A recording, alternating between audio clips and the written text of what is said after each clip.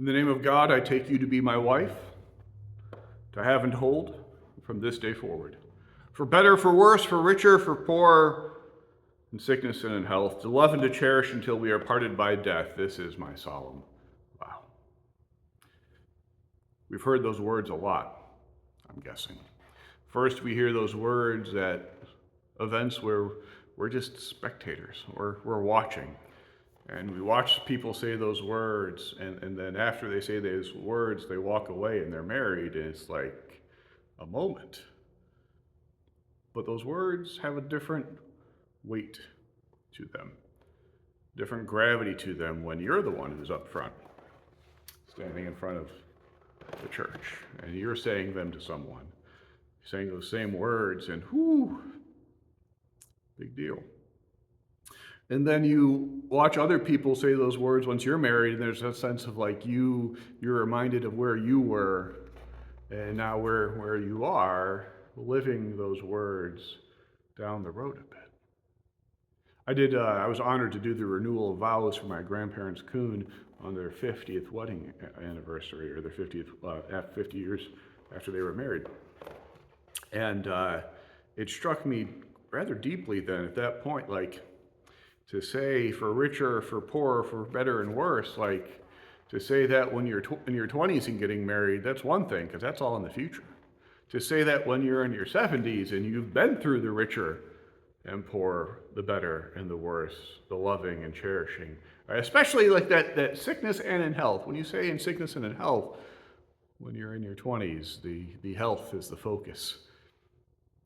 I'm sure that if you say those words when you're in your 70s, well, it's a different thing, isn't it?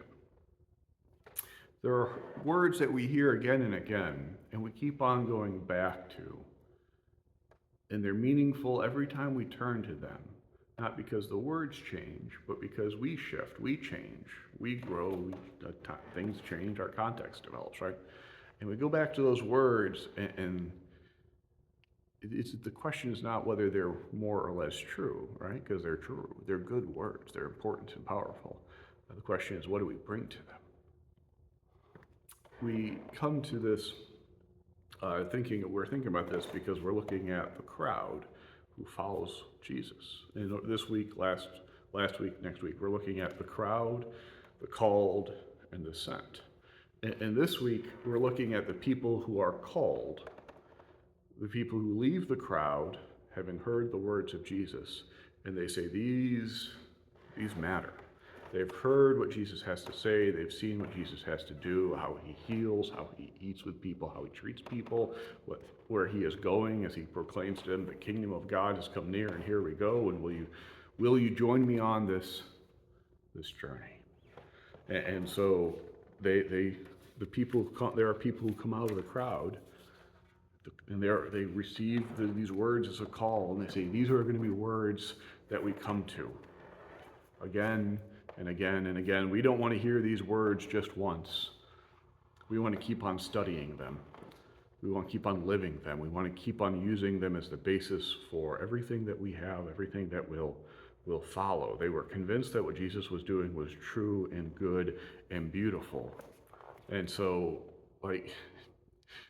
that's what we have done. We are the people who are the called. Having respond to the called, we have committed that we're going to come back to these words, and not just these words, but Jesus' life, death, and resurrection again and again and again, and we are going to find them to be true and applicable as our lives move and our lives change over time.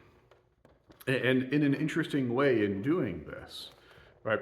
If you hear, so you hear wedding vows, oh, that's interesting. And then you say wedding vows, and now you have taken responsibility on to live by those wedding vows, right? Like, those wedding vows were interesting, and then I said them to Olivia, and now they're not just interesting, they are now delineating my way of life. Like, what is my life? What is the most important parts of my life is to love and to cherish her, right?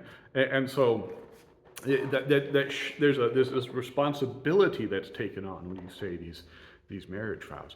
And in the same sense, there's a responsibility that we take on when we say, I'm going to accept the call of Jesus. We shift from understanding that like Jesus gives. And the fact that Jesus gives is amazing, and Jesus gives wisdom and food, and he's going to eat with it, he's going to heal people, like he brings people together, he's forming community. Like Jesus is giving all of these things. And there's this moment in which say, I will respond to this call. And there's a responsibility that occurs there. I'm taking responsibility. The term that describes this is a responsible grace. And I came across this term and this understanding of it, and it has become essential, has become key to me in my understanding of what it means to follow Jesus. Following Jesus is not just about being in the crowd and saying, well, isn't what Jesus has to say interesting? Isn't that fascinating? And then I'm going to go off and do whatever I want. No, to be called is to say, I find this interesting and I accept my own personal responsibility. I am going to take these words and this way of life and I am going to live them. And it's only made possible because of the gracedness, the giftedness of God. But I will take I have my own role, my own part to play in this. And when people take responsibility, it changes their lives. And we know this. We watched how the disciples, when the disciples were called by Jesus, they had heard Jesus say a few things, and Jesus goes to the disciples and says, follow me. I will make you fishers of men, right? And they put down their nets and they follow Jesus. They have decided, they have agreed that they are going to take on their own. Jesus is going to teach and they are going to learn. They're going to take on the responsibility of learning, of following in his footsteps. Right? Jesus is the primary mover. He's the one who first offers, but they are agreeing that they will, and responding to this call, that they have a responsibility as well. And that responsibility, like that, it changes. It looks different in different people's lives. For the disciples, it was that they followed and they went where Jesus went. For the person who was healed, the guy who was in the tombstones, and Jesus shows up and heals him, casts out the demons. They go into the pigs. They run off the cliff. Like that whole moment. Jesus, he wants to follow Jesus and follow him and go with them. And Jesus says, no, you go back to where your hometown and you tell them about what was happened. So like when the gift, like the graciousness, that the being healed, being taught is there, but what they are responsible to do, like in that situation, it's a different, he's responsible for a different thing, to act in a different way. And just as the disciples respond, and we see people who are healed respond, and then later on in the Bible we'll see things like Paul responding and goes forth and starts building churches, there are people who do not respond. And I think it's important to note how that unfolds. We read this in Matthew 8. When Jesus saw the crowd around him, he gave orders, they're going to leave now. He has taught them, he has ate with them. And there's one guy who comes up to him and says, teacher, I will follow you wherever you go. But first, let me go bury my father.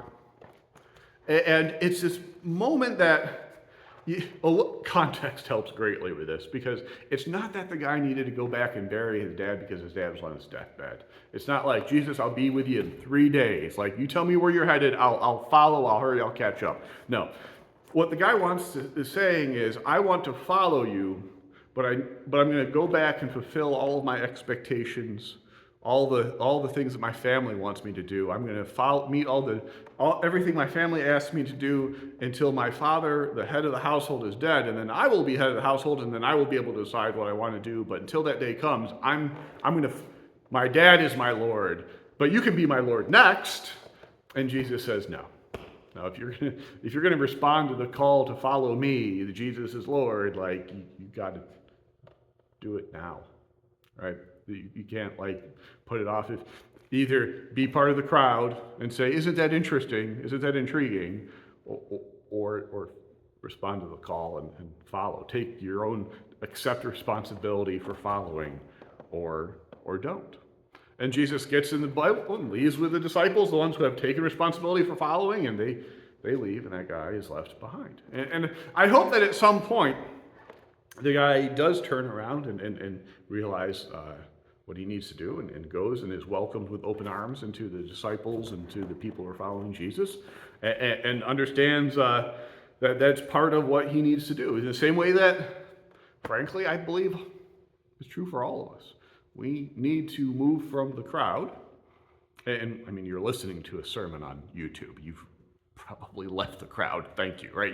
You've left the crowd of people who say, Isn't this interesting? Jesus is interesting. To say, I am going to accept responsibility to show up and be part of following Jesus, and that we're going to do this together. We're going to do this as a group. And I think it's always important to remember that following Jesus is a team sport. That when we accept that we're going to follow Jesus, we accept that call, we are accepting that we're going to be part of a community in the same way those disciples were part of a community, in the same way that the early church was part of a community as they gathered, is the same way today. We do not bear this responsibility by ourselves. We bear this responsibility to come together. We bear this together, that we will come together and we're going to keep on going back to the words of Jesus, and they're going to continue to be true and essential and life-giving and grace for us. We're going to continue to worship, and we're going to continue to do the things Jesus does, forgiving and serving and eating with people and listening and being good news to our community. That in doing that, we're going to be able to flourish. We're going to be able to flourish together. We're going to be able to flourish and develop in the same way that when a band plays together, they get better, or a choir sings together over time, they get better. When a sports team keeps on playing together, they improve together. And they don't improve together because everyone is doing the same thing. Groups of people improve together because we all offer our individual gifts. When we take the responsibility, when we say that I'm going to accept the gift that Jesus offers. I'm going to accept that his teaching, his forgiveness, the salvation, the purpose that we're heading towards the kingdom, I'm going to accept all of these things as a gift. I'm going to accept and take responsibility for handling that gift well, right? That then what I'm going to do with that gift is going to vary by person. Some of us are going to speak. Some of us will serve. Some of us will teach. Some of us, there are all these various ways. Some of us will organize. There are all these various ways we can serve. And it is my deep conviction that we will find the greatest satisfaction in our lives in accepting the call to follow Jesus, accepting that responsibility, right, to take what is being offered, and to then follow Jesus day by day towards the kingdom, developing those gifts that we have been given. And that as we develop those gifts, whatever they are, that in the end, that is what makes for a satisfying, deep, rich, true, beautiful, and good life. So I hope you've accepted the call. I hope that as Jesus has invited you to follow him, that you have said, yes, I will follow. I will take my responsibility to accept the gift. I'm going to use it. And I hope you have found that response to be deeply satisfying, that you have become more and more the person God calls you to be, being like no one else but you, uniquely gifted, uniquely graced, and beautiful. Thank you.